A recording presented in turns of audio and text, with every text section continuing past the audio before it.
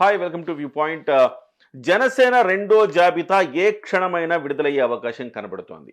అయితే దీని మీద ఇప్పటికే పవన్ కళ్యాణ్ నిన్న అంటే సోమవారం రోజు ఆయన మంగళగిరి వెళ్లారు. మంగళగిరిలో పార్టీ నాయకులతో సమాలోచనలు జరిపారు. 10 మంది జాబితా సిద్ధం చేశారని చెప్తున్నారు. అయితే రకరకాల వార్తలు వస్తున్నాయి. 7వ తారీఖు సాయంకాలం 5:10 మొదటి జాబితా ఎలాగైతే ఒక మంచి ముహూర్తం చూసి రిలీజ్ చేశారో ఈ రెండో జాబితాను కూడా అలాగే ఒక మంచి ముహూర్తం చూసి అటు తెలుగుదేశం పార్టీ కొన్ని పేర్లను, జనసేన కొన్ని పేర్లను ప్రకటిస్తారు అని చెప్తున్నారు. అయితే ఇంకా బీజేపీకి సంబంధించి ఒక క్లారిటీ అయితే రాలేదు. ఆ క్లారిటీ రాకుండా మరి తెలుగుదేశం పార్టీ ప్రకటిస్తుందా అంటే కొంచెం అనుమానంగానే ఉన్నది. కానీ తెలుగుదేశం పార్టీకి కొంత ఉన్న 57 సీట్లలో తెలుగుదేశం పార్టీ ఎన్ని సీట్లు ప్రకటించే అవకాశం ఉందో తెలియట్లేదు. కానీ జనసేన మాత్రం క్రిస్టల్ క్లియర్‌గా 24 సీట్లు తీసుకున్న సంగతి మనందరికీ తెలిసింది. 24లో ఇప్పటికే 5 సీట్లు ప్రకటించారు. ఇక 19 సీట్లకు మాత్రం అభ్యర్థులను ప్రకటించాల్సి ఉంది. ఆ స్థానాలు ఏవి, అందులో ఎవరెవరు పోటీ చేస్తారన్నది మాత్రం కొంచెం ఉత్కంఠగా మారిన విషయం అయితే అందరికీ తెలిసింది. అయితే ఒక్కసారి మనం ఇప్పుడు మొదటి జాబితాలో విడుదలైన 5 పేర్లు ఒకసారి చూద్దాం. నెల్లిమర్లలో లోకం మాధవి గారు, అలాగే రాజానగరం నుంచి బొత్తుల బలరామకృష్ణ, అనకాపల్లి నుంచి కొనతాల రామకృష్ణ, కాకినాడ రూరల్ నుంచి పంతవ నానాజీ, తెనాలి నుంచి నాదెండ్ల మనోహర్. ఈ 5 స్థానాలకు సంబంధించిన అభ్యర్థుల పేర్లను ప్రకటించారు, స్థానాలు కూడా ప్రకటించారు. ఇప్పుడు మిగిలిన 19లో 10 మంది పేర్లను ప్రకటిస్తారని చెప్తున్నారు. తెలుగుదేశంతో కలిసి ప్రకటిస్తారా లేకపోతే సొంతంగా ప్రకటిస్తారా అనేది మాత్రం కొంచెం దాని మీద ఒక క్లారిటీ అయితే రావాల్సి ఉంది. అయితే మనకున్న సమాచారం మేరకు ఆ 10 స్థానాలు ఏవి అనేది ఒక్కసారి మనం చూద్దాం. ఒక్కొక్క పార్లమెంట్ నియోజకవర్గం నుంచి ఒక్కొక్క అసెంబ్లీ నియోజకవర్గాన్ని ప్రకటించాలన్న ఒక ప్రణాళిక ప్రకారం ప్రకటిస్తున్నట్టుగా చెప్తున్నారు. అయితే ఇక్కడ మనం చూస్తే విజయవాడలో మనం చూస్తే కనుక పోతిన మహేష్ విజయవాడ పార్లమెంట్ నియోజకవర్గ పరిధిలో ఉన్న విజయవాడ వెస్ట్ నియోజకవర్గాన్ని పోతిన మహేష్కు దాదాపుగా ఖరారు చేశారని చెప్తున్నారు. అయితే ఇక్కడ వైసీపీ ఏమో ఒక మైనారిటీ అభ్యర్థికి ఇచ్చింది కాబట్టి మరి మైనారిటీ అభ్యర్థిని మనం ఇక్కడ తీసుకోవాలా లేకపోతే పోతిన మహేష్కి ఇవ్వాలన్న ఒక చర్చ జరుగుతోంది. మోస్ట్ ప్రాబబ్లీ మొత్తం మీద పోతిన మహేష్కే ఇక్కడ సీటు ఖాయంగా కనపడుతోంది. ఇకపోతే నర్సాపురంలో బొమ్మిడి నాయకర్ గతంలో మనం చూసుకుంటే జనసేన అత్యంత తక్కువ మార్జిన్తో ఎక్కడైతే పోయిందనుకుంటాం అది నర్సాపురం అని చెప్పాలి. బొమ్మిడి నాయకర్ అక్కడ సెకండ్ ప్లేస్ వచ్చారు. చాలా తక్కువ మార్జిన్, నిజంగా చెప్పాలంటే పవన్ కళ్యాణ్ కంటే కూడా తక్కువ మార్జిన్తో ఈయన ఓడిపోవటం జరిగింది.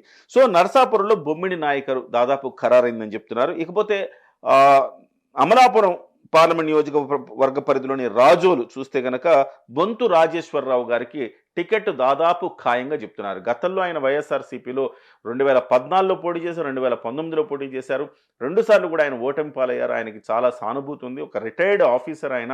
సో ఈఎన్సీగా పనిచేశారు. దాదాపుగా ఒక 6 ఏళ్ల పాటు ఈఎన్సీగా ఆయన ఉభయ రాష్ట్రానికి ఆయన పనిచేసిన ఒక అనుభవం ఉన్నది ఆయనకి. అలాంటి ఒక విద్యాధికుడు ఇవాళ వైసీపీ నుంచి వీడి జనసేన పార్టీలోకి గతంలో చాలా కాలం క్రితం ఒక 2 ఏళ్ల క్రితం రావడం జరిగింది. ఆయనకి ఇక్కడ టికెట్ ఖరారు అవుతున్నట్టుగా చెప్తున్నారు. అంటే నర్సాపురం బొమ్మిడి నాయకులు, రాజోలు బొంతు రాజేశ్వరరావు. ఇంతకుముందే చెప్పుకున్నాం విజయవాడ వెస్ట్ అయితే పోతిన మహేష్ అని చెప్పుకున్నాం. ఇకపోతే మచిలీపట్నం పార్లమెంటు నియోజకవర్గ పరిధిలోని అవనిగడ్డ చూస్తే మదివాడ వెంకటకృష్ణారావు గారి పేరు వినపడుతోంది ప్రముఖంగా. అయితే 2-3 పేర్లు ఇంకా వినపడుతున్నాయి. కానీ మదివాడ వెంకటకృష్ణారావుకి కొంత సానుకూలత ఉన్నట్టుగా చెప్తూ ఉన్నారు. ఇకపోతే నిడదవోలు కందుల దుర్గేష్ గారు, ఎట్టకేలకు కందుల దుర్గేష్ గారిని రాజమండ్రి రూరల్ నుంచి నిడదవోలు పంపించేశారు. దానికి సంబంధించి ఇప్పటికే క్లారిటీ వచ్చేసింది. కానీ అది అధికారికంగా పవన్ కళ్యాణ్ నోటి వెంట రావాల్సి ఉంది. ఆయన్ను నిడదవోలు నుంచి పోటీకి నిలుపుతున్నారు. ఇక విశాఖపట్నం పార్లమెంట్ నియోజకవర్గ పరిధిలో చూస్తే కనుక వంశీకృష్ణ యాదవ్ని విశాఖ సౌత్ నుంచి పోటీ చేయించేట్లుగా కనపడుతోంది. ఆయన పేరు కూడా ఈ రెండవ జాబితాలో ఉండే అవకాశం కనపడుతోంది. ఇకపోతే గుంటూరులో ఆల్రెడీ గుంటూరు జిల్లాలో తెనాలి ఇచ్చేస్తున్నారు. సో ఇక రెండవ సీటు యాక్చువల్గా సత్తెనపల్లి ఇవ్వాల్సి ఉంది. అది ఆల్రెడీ కన్ఫర్మ్ చేశారు కాబట్టి పెదకూరపాడు నుంచి కొంతవరకు జనసేనకి ఇచ్చే అవకాశం ఉంది అని కూడా వార్తలు వచ్చినాయి. కానీ అక్కడ కూడా కాదు, ఇవాళ గుంటూరు వెస్ట్ బోనబోయిన శ్రీనివాస్ యాదవ్కి ఇస్తారని చెప్తున్నారు. గుంటూరు జిల్లా అధ్యక్షుడు ఆయనకి ఇస్తారన్న ఒక మాట వినపడుతోంది. ఇకపోతే భీమవరం రామాంజనేయులకి ఇస్తారని చెప్తుంది. తెలుగుదేశం పార్టీలో ఉన్నారు. ఆయన జనసేన పార్టీలో చేరడానికి రంగం సిద్ధం చేసుకున్నారు. ఆయనకు జనసేన నుంచి టికెట్ ఇస్తారని చెప్తున్నారు. సో అలాగే చీరాల అయితే ఆమంచి స్వాములు, దర్శి అయితే ఎన్ఆర్ఐ వెంకట్. ఈ 2 స్థానాలు ఏది ఇస్తారనేది ఒక క్లారిటీ లేదు కనుక చీరాలలో ఆమంచి స్వాములకి ఇచ్చే అవకాశాలు ఎక్కువగా కనపడుతున్నాయి. ఒకవేళ చీరాల కనుక తెలుగుదేశానికి పోతే దర్శి రావచ్చు, దానికి ఎన్ఆర్ఐ వెంకట్ పోటీ చేయొచ్చు. సో ఈ 10 స్థానాల్లో ప్రస్తుతానికి జాబితా టెంటేటివ్లీ సిద్ధమైనట్టుగా చెప్తున్నారు. మరి ఇందులో కొన్ని మార్పులు చేర్పులు ఉంటాయా? లేకపోతే ఇవే యాజ్ ఇట్ ఈస్‌గా ఉంటాయో? మనకున్న తాజా సమాచారం ప్రకారం ఇవే అని తెలుస్తా ఉంది. మొత్తం మీద అయితే 10 నియోజకవర్గాలు ఇప్పుడు ప్రకటిస్తే గనక ఆల్రెడీ 5 ప్రకటించారు కాబట్టి 15 నియోజకవర్గాలు అవుతాయి.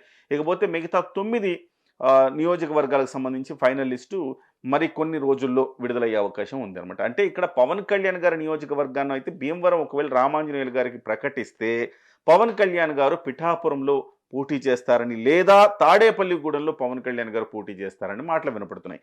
ఈ 2 నియోజకవర్గాల్లో ఒక నియోజకవర్గాన్ని పవన్ కళ్యాణ్ ఎంచుకోవాల్సి ఉంటుంది. ఎందుకు భీమవరం రామాంజనేయులు గారికి ఇస్తే గనక పవన్ కళ్యాణ్ ఇందులో పోటీ చేయాల్సి వస్తుంది. అయితే మొన్న భీమవరం పర్యటనలో పవన్ కళ్యాణ్ గారు రామాంజనేయులు గారిని కలిశారు, అందరినీ కలిశారు. ఆ నేపథ్యంలో భీమవరంలోని మళ్ళీ పవన్ కళ్యాణ్ పోటీ చేస్తారన్న మాటలు వినపడ్డాయి. కానీ మళ్ళీ ఎందుకో సడన్గా ప్లాన్ చేంజ్ అయినట్టుగా కనపడుతుంది. పిఠాపురంలోను, లేదా పిఠాపురంలో కూడా ఒక ప్రాబ్లం ఉంది. అక్కడ తంగెళ్ళ ఉదయ్ గనక అక్కడ పోటీ చేస్తే దాని పోటీగా వర్మ, టీడీపీ నుంచి వర్మ పోటీ చేస్తాను, రెబల్గా వేస్తానని చెప్పి ఆయన ఇప్పటికే హెచ్చరిక జారీ చేశారు. పవన్ కళ్యాణ్ అయితే ఆయన ఇక్కడికి రాకుండానే మేము గెలిపించుకుంటామన్న మాటలు కూడా వర్మ మాట్లాడుతున్నారు. ఈ నేపథ్యంలో ఈ వివాదాన్ని పరిష్కరించి అక్కడే పవన్ కళ్యాణ్ సేఫ్ స్థానం అది, అక్కడ పవన్ కళ్యాణ్ పోటీ చేస్తారన్న మాట కూడా వినపడుతుంది. లేకుంటే గనక తాడేపల్లిగూడెం నెక్స్ట్ సేఫెస్ట్ ప్లేస్ అని చెప్తున్నారు. సో తాడేపల్లిగూడెం, పిఠాపురం అనేది 3వ లిస్టులో కానీ పవన్ కళ్యాణ్ పేరు ఉండే అవకాశం లేదు. మొత్తం మీద అయితే ఇది మనకున్న తాజా సమాచారం మేరకు 10 అభ్యర్థుల జాబితా.